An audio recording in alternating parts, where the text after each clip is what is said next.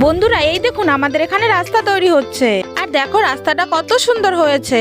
এবার থেকে আমাদের বর্ষার সময় রাস্তাঘাটে চলতে কোনো অসুবিধা হবে না। আর আমি যাচ্ছি ফুল আনতে, যেহেতু ফুল দেওয়ার টাইম হয়ে গেছে।